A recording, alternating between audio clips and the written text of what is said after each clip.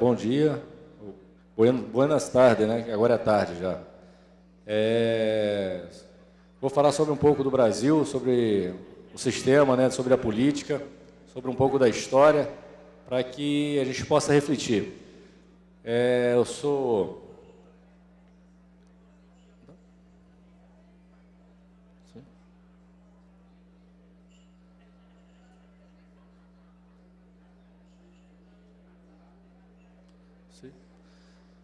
Meu nome é Joelson Oliveira, sou major, sou militar, sou oficial do Corpo de Bombeiro, né, do Rio de Janeiro, no Brasil.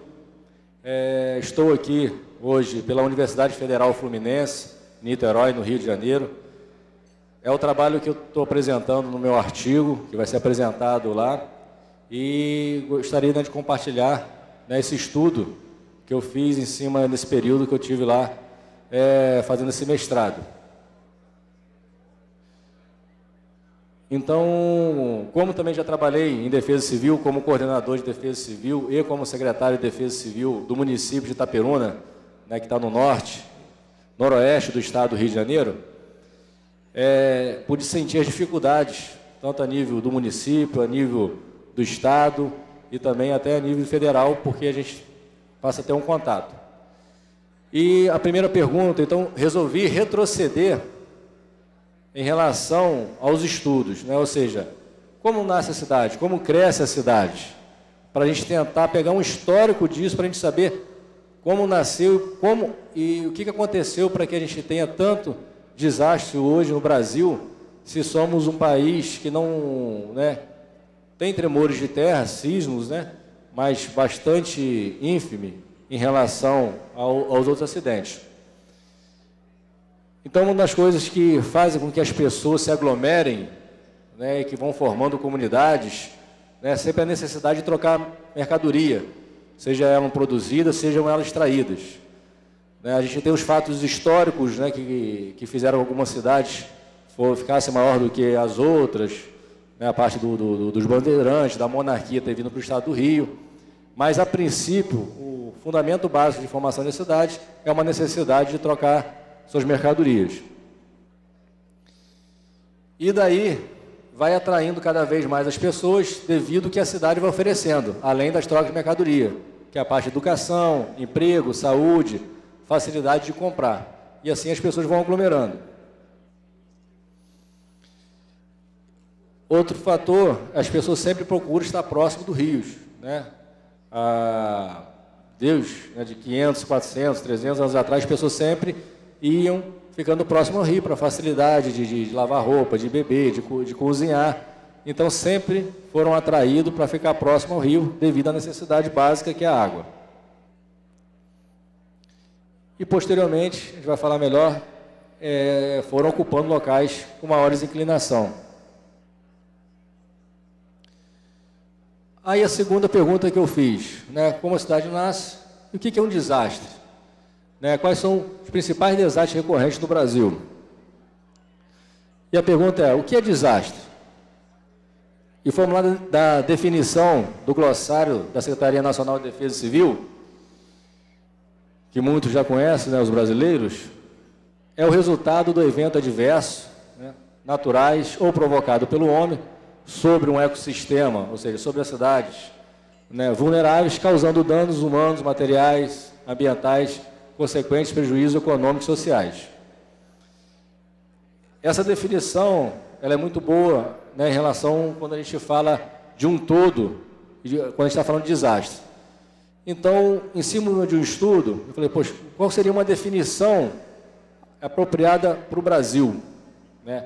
Um país que não sofre com tsunami, né, com furacões, apesar de já termos registro de alguns, de terremoto, mas são bastante pequenos em relação aos maiores desastres nossos, como inundações. E eu resolvi elaborar uma definição que eu acho que fala bastante a realidade do Brasil, do que realmente a gente sofre. E essa definição ficou assim, é a concretização dos riscos provocados pela má política do uso do solo, do parcelamento urbano e da distribuição de renda, sobre um zoneamento urbano deficiente, resultante dessa política de expansão caótica, desordenada das áreas urbanas. Quando eu criei essa definição, aí que a gente foi estudando cada vez mais e estudando, porque não adianta a gente falar de política, não adianta a gente falar de qualquer atividades paliativas, que são, claro, importantes, se a gente tem uma causa que a gente não combate. Não adianta a gente querer curar um doente se ele tem uma hemorragia interna, que não cessa. Então, o tipo de desastre ocorrido no Brasil, né, pelo Banco Global, fez o levantamento, em primeiro, quase 60%, né, que foram registrados de 1900 até 2006, são as inundações. Então, nossos maiores problemas são inundações. Acredito que essa pesquisa aqui, esse levantamento, está envolvendo ainda o antigo conceito, né, das inundações graduais e as inundações bruscas, deve estar no mesmo local. Logo em seguida, com o escorregamento, tempestades, seca, temperatura extrema, incêndio florestal e o terremoto. Então, o nosso principal desastre está envolvido em inundações e escorregamentos. E a gente vai questionando, fazendo perguntas, como um trabalho de pesquisa, e a gente fala, o que precisa causar um desastre? Né? O que precisa ter? Né? A ameaça e a vulnerabilidade do sistema. Os eventos naturais extremos ou não são periódicos e ocorrem ao longo de milhares de anos. Ou seja, para moldar a superfície da Terra, os eventos acontecem e assim vai se modificando há milhares de anos.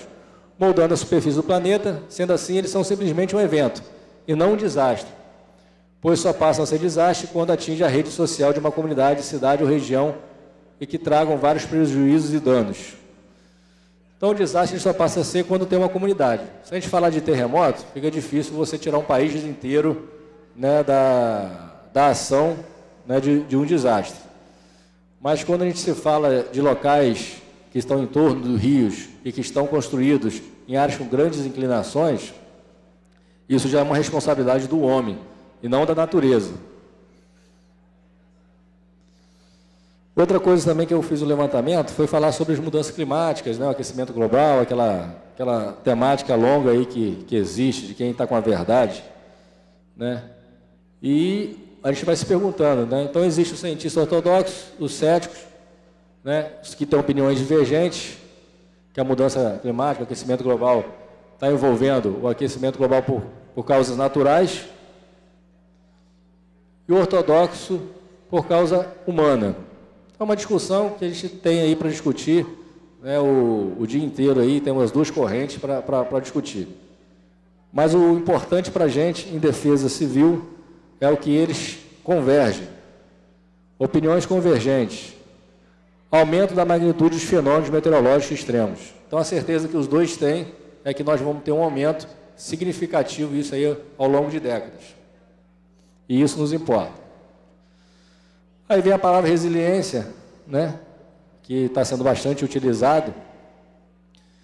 E é outra pergunta que a gente faz, né? Como que seremos resilientes num país que nós estamos ocupando toda uma área imprópria? Quando a gente vai falar de resiliência, tem muito trabalho em comunidade, importante, claro, com certeza, mas eu estou querendo falar lá da base, da causa, né?